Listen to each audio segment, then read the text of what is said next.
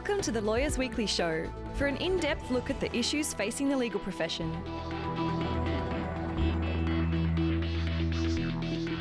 Hello everyone and welcome to another episode of the Lawyers Weekly Show. My name's Jerome Doraisamy. I'm coming to you today from Camaragal Land in Sydney. And I'm very pleased to be joined in the studio by Dalvin Chien, who is a partner and lead of the ICT and digital law team at national firm Mills Oakley. This is his third appearance on the show, I believe. Dalvin, welcome back. Thank you. Good to be back. Thanks for having me, Jerome. Today, we're going to be talking about some of the things that lawyers need to do and consider when they're using AI tools. Obviously, in this brave new world, it's imperative for practitioners to be on top of various new technologies, including and especially AI. And Dalvin's here to talk through some of the lessons that he's learned over time and what other practitioners need to be on top of. Dalvin, before we get into all of that, tell us a little bit about the work that you do in the ICT and digital law team at Mills Oakley. Hi, everyone. So the work that I do at Mills Oakley is basically end-to-end technology and digital law. I'm a pure-play technology and cybersecurity lawyer. I've been doing this for, more than 2 decades now. There's not a lot that I haven't seen. Back then, it was all about getting ready post-Y2K. And then we started looking up in the sky to look at the clouds. Cloud computing became a big thing. And then there was blockchain, crypto, and of course now we are in the world of AI. And what is it about this work that is so inspiring to you? As a person, I oscillate between being quiet and loud, but ultimately, tech. I like the technology behind it. I like the fact that technology can do good and can ultimately be, if it's wielded properly, bring access to justice, and also be an equalizer in terms of diversity. So it keeps me on my toes. The geopolitical tensions with technology, the difficulty in how regulators are grasping with how to make sure technology is used for good, fascinates me. Yeah. There's been a lot of talk in recent years about the need for professionals across the board, not just lawyers, to be on top of these new technologies. And if you're not using them, then you're going to be falling behind. If you're not using them, you'll be replaced by somebody who is using them, or your job's going to be replaced by these technologies. Anyway, there's been a lot of chatter over the last few years. But I wanted to ask you why you think lawyers should care about generative AI at this point in time. Obviously, they're told that they should, and they should be using it. But why? But from your perspective, why should they actually care about what's happening here? Well, first off, because you'll be surprised at how many people are actually using generative AI already. So it's not a matter of if, it really now is a matter of how are you using it. As at the end of 2025, for example, when various institutions conducted a survey, it was found that 98%, let me say that again, 98% of the legal profession already use generative AI tools in one form or another. In 2024, it was sitting at around 68 or 70%. So that's 2% of the workforce of the legal profession that aren't using generative AI. So that's a long way of saying that, look, people are already using it. If there is a directive to use AI or to not use AI, that directive is probably too late. And how is your level of care evolving over time? I mean, obviously, you've been interested in this space for a long time, but have you found that your interest or your passion has kind of shifted as time goes on? It's evolved. It's evolved significantly. Now remember, my role isn't as an AI futurist or as a technology legal provider. Instead, I'm a technology lawyer, so I advise on the legal risks associated with the use of technology, including AI. What's kept me interested in AI in particular, as opposed to any other tool, is how prolific it is. It's basically universal in terms of adoption. And because of how universal it is, a lot of regulators are grappling with how to govern it. A lot of organizations are, in effect, given a degree of freedom to manage it too. And it fascinates me to see how, depending on your risk appetite, depending on the size of your organization, and to be honest, depending on your individual culture, your individual risk culture, how fast or how slow and how cautious you are when it comes to generative AI. It's in the realm of a computer. the use of a computer rather than a computer program, which is a little bit more discretionary. Yeah. And most lawyers should hopefully be across some of this guidance already. But for those who aren't, or those who need a refresher, what guidance have legal bodies issued around the use of AI and generative AI in practice?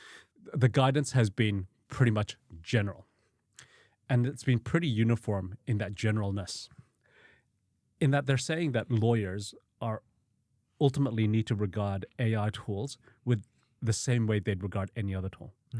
So don't forget about your professional responsibilities as imposed by the various state bodies. For example, you've got a duty to preserve client confidentiality. You've got a duty to exercise legal judgment, and ultimately you will be held responsible for the legal advice that's provided. You've got a duty to charge appropriately. So for example, if an AI tool is being used, you can't necessarily charge a lot of man hours for using that AI tool. And you've also got a duty to use tools in an effective and efficient way. Yeah. I think I've spoken about this before, but the lack of use of an AI tool could equally be as risky as the misuse of an AI tool. Yeah. If a tool is there, and if a tool is there that can help you provide legal services efficiently and effectively, ignoring that could be a risk. Yeah.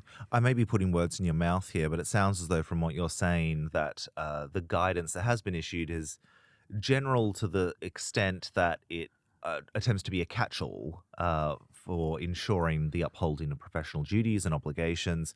Are we at a point now where the guidance being issued by courts or other bodies needs to be more specific and intentional, given some of the ways in which these technologies are being used, or given the ways that the technologies continue to evolve?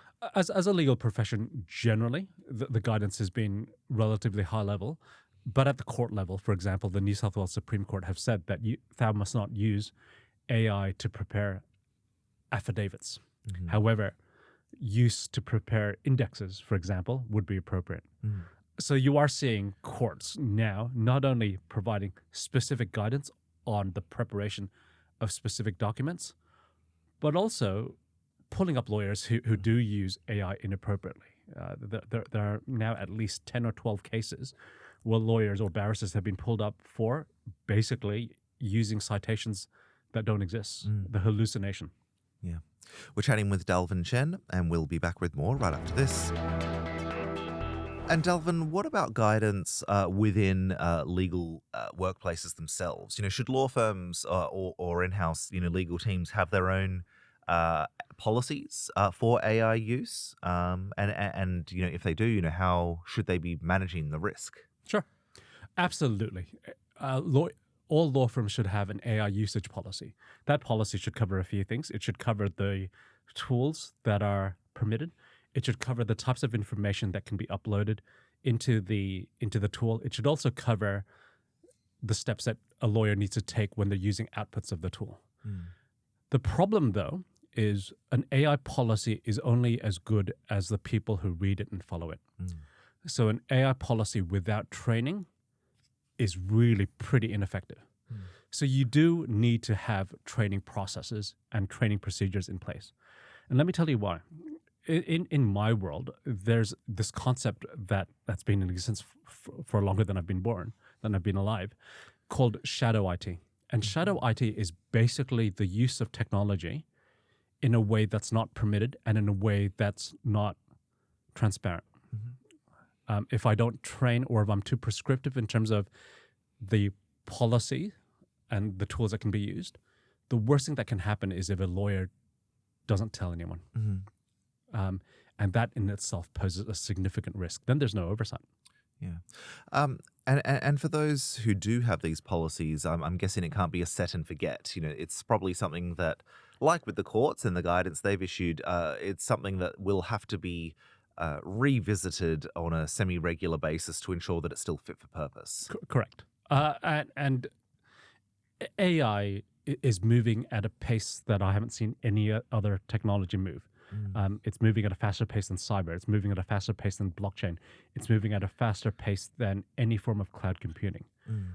So not only is it don't set and forget, it's revisit it as often as you can. Yeah, absolutely. And given the pace of change, it's inevitable that there can and will be difficulties that practitioners will face in the use of it. And in some instances, there may be misuse, of course.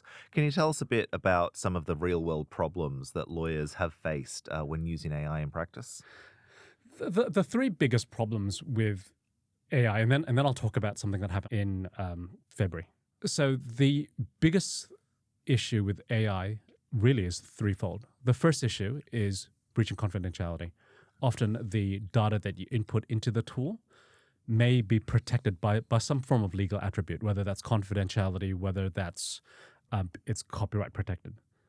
The second issue with the use of an AI tool that a lot of lawyers face is reliance. Mm-hmm. If I'm relying on the output of an AI tool, and the output can really sound convincing, right? The biggest problem with generative AI tools is confidence. It comes across as being complete, it comes across as being competent, and it comes across as being very authoritative.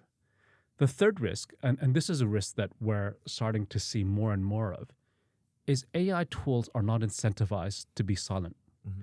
AI tools are not incentivized to say, hey, Jerome, I don't know. Mm-hmm. As a result, lawyers who will often defer to others, other deep experts, are relying on information that an AI tool really just doesn't have the answer for. Remember, an AI tool is not usually capable of silence. Lawyers are. Mm. And that silence is really contemplation. Yeah, no, that's a really good point to make. So, I mean, with that in mind, what do you see as being the headline takeaways from some of the instances we've seen in the past year or so of lawyers getting in trouble from misuse of AI? Yeah, the main lesson it really is to use AI cautiously, but to understand the fundamental limitations of AI. Mm. And also to not be misled by AI. Mm-hmm. We ordinarily approach most technology tools with a degree of apprehension, a degree of caution. For some reason, lawyers aren't doing that anymore. Mm. For some reason, lawyers are taking AI as more authoritative than any other tool. You wouldn't do a search on your favorite research provider without checking the facts. Mm. You should adopt that same mindset with AI. Why do you think lawyers might be doing that? Is it a sense that, and circling back to something we were saying earlier, is it a sense that lawyers have gotten it in their heads that they need to be on top of these tools, they need to be using them efficiently, productively, and if they're not, they're going to be falling behind. And so that is creating a scenario in which certain prudent steps to check what's being produced, maybe some of those steps are just being skipped? Two reasons. The primary reason and the core reason is the temptation. I think the tools are more readily available Mm-hmm. and are easier and quicker to use. The second aspect is leadership. I think often leaders, because they don't necessarily understand the limitations themselves, will end up saying nothing about it. I guarantee you that if we did the survey amongst law firm leaders and law firms, you'll find that less than 98% of law firms have AI policies in place. Yeah. So with that in mind, then, what practical steps do lawyers need to be taking? And certainly the leaders of law firms or of in-house teams, what steps do they need to be taking to ensure that everyone is using AI responsibly and effectively, of course? First step, scan the market, have an AI policy. Second step, don't be afraid of the various tools that are available. Third step, ask providers the harder questions: data sovereignty, data security, need for human intervention. There was a fascinating case that occurred very recently where a subsidiary of a large conglomerate sued OpenAI. And the lawsuit basically was founded on this. There was an individual that had used an AI tool to provide legal advice. Mm. That legal advice was allegedly wrong. It had hallucinations. It had incorrect citations. It had the legal analysis was incorrect. As a result of receiving that advice, that individual sued this large conglomerate. The large conglomerate quickly identified that that advice was written by an AI tool. That conglomerate proceeded to then sue the provider of the AI tool, saying that that provider was operating a law firm without a license. There is, and that's how convincing it's been. There is a possibility that suppliers could face risk in acting like a law firm when they're clearly not a law firm. Incidentally, a year or two later, that provider basically upped their disclaimer to basically say that an individual must not use the outputs of that AI tool without as a legal representative or to produce legal advice. Yeah. Dalvin, I have a few more questions for you, which we'll get to on the other side of this. Dalvin, once lawyers are on top of how to use AI responsibly, once their workplaces have got a good policy in place and they've got training sessions running to ensure that everyone knows what they're doing, what are some of the best ways to use AI to boost productivity and obviously ensure optimal client service delivery? Jerome, you said it best.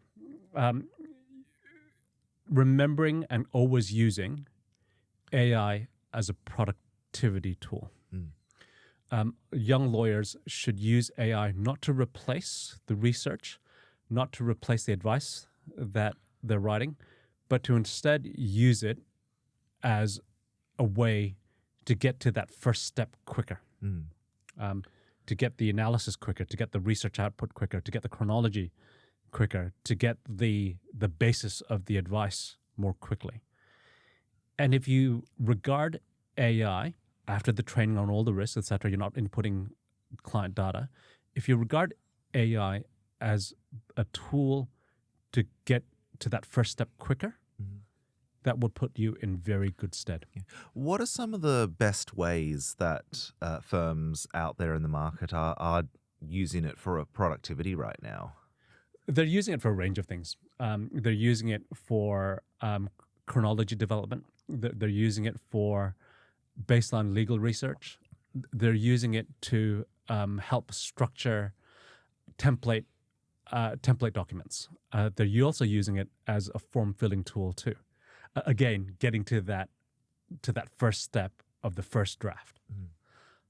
And they're also using it when again, not all firms do this. They are also using it when there's a vast amount of data at play. And going back to training, how is the advent of AI changing the nature of in-house or workplace training for the emerging generation of lawyers? It's a good question because someone recently asked me, would you ever use AI to train AI? So don't do that. Yeah. So step one, don't use AI to train people about AI. How has it changed the workplace? I think we're still wait and see mode in terms of how it will change workplace training. And the reason I pause is because of the absence of specific AI regulations in Australia, right? I can provide lawyers with cybersecurity training. I can provide lawyers with training on the inappropriate use of an AI, of any technology tool. Am I at the stage where I can provide lawyers specific training on AI itself? Probably. But what will that training look like? That training will likely be different in the next year or two. So I think that's a long way of saying, yes, it will change, but training does need to be likely in shorter bursts and more frequent. Yeah. Okay. And further to that point, how do you see the day-to-day role of the next generation of lawyers changing? Compared to I guess what you grew up with as a younger lawyer, or even what you are doing now with your junior lawyers. When I was growing up, I was hard copy. PowerPoint hadn't really been used, so I was presenting things using the projectors with plastic paper. Yeah. But in terms of AI, lawyers will need to be conscious of the types of tools out there, but also be better versed at prompts. There's a line of thinking, and there's a lot of material talking about prompt libraries. How do I get the most out of an AI tool through the prompts and through the questions that I ask? What are the keywords to use? Can I say that lawyers need to be very cautious with that? Because a keyword that is capable of identifying an individual, or that's capable of identifying a client or confidential information, can be quite risky. Yeah. And Dalvin, reflecting on everything we've been discussing, I've got a question here that I'm quite keen to ask you. In the face of how lawyers are using AI, do you see the legal profession right now as being reactionary or early adopters or revolutionaries when it comes to the use, effective and meaningful use of AI? Great question, Jerome. Let me tell you. So that's a helicopter view of the AI legal profession and how it's using AI. Let me talk about the three categories, though. What do we mean by reactionary? Reactionary law firms are those that take an extremely cautious approach to AI and to technology. They will often wait for industry adoption, client adoption. They'll often also wait for governance mechanisms to be a lot more sophisticated before they adopt a tool. Then we have early adopters. Early adopters are those that take a bit more risk. They won't wait for industry. They won't necessarily wait for governance mechanisms, but instead they will try and experiment with various technology tools and then start testing them in their own environment. Revolutionaries are those that, in effect, scan the market, find a gap, and will utilize a tool in the market to help them become more efficient, become more effective. Now, I again say that I'm not a legal futurist, but I've been in this space for more than 2 decades, and I talk about it quite often. Where do we sit? I think private practice tend to be reactionary. Private practice law firms will tend to, especially those that are national, they will tend to be a bit more cautious with AI. They will tend to wait to see what the governance looks like. They will tend to see what the clients adopt, and then they will adopt the tool. In-house lawyers, however, are early adopters. They're early adopters mainly because of client pressure and client need. The clients are saying, hey, how do I reduce costs? How do I increase my market share? Lawyers, to go beyond a cost center, show me effectively how you're able to be more efficient. Government lawyers sit amongst the private practice space and tend to be almost more reactionary than private practice for various reasons. Geopolitical pressures, the fact that their data tends to be a lot more sensitive. Okay. That's really interesting. And just finally, before I let you go, what best practice guidance do you have to lawyers listening to this episode, as we sort of reflect on everything that we've been discussing today? Be cautious with AI. Look, I don't like the man, but Mike Tyson once said that everyone has a plan until they get punched in the face. So just be aware that even if you are cautious and even if you do have a plan, you might get punched in the face. And in that case, keep on moving. Yeah. That's a very interesting place for us to finish the conversation. Dalvin Chien, thank you so much for your time. Thank you. Thanks for having me. And thank you to the listener for tuning in. If you enjoyed this episode, please give us a rating and review on whatever platform you use to listen to podcasts, as it'll help other lawyers discover and enjoy this show.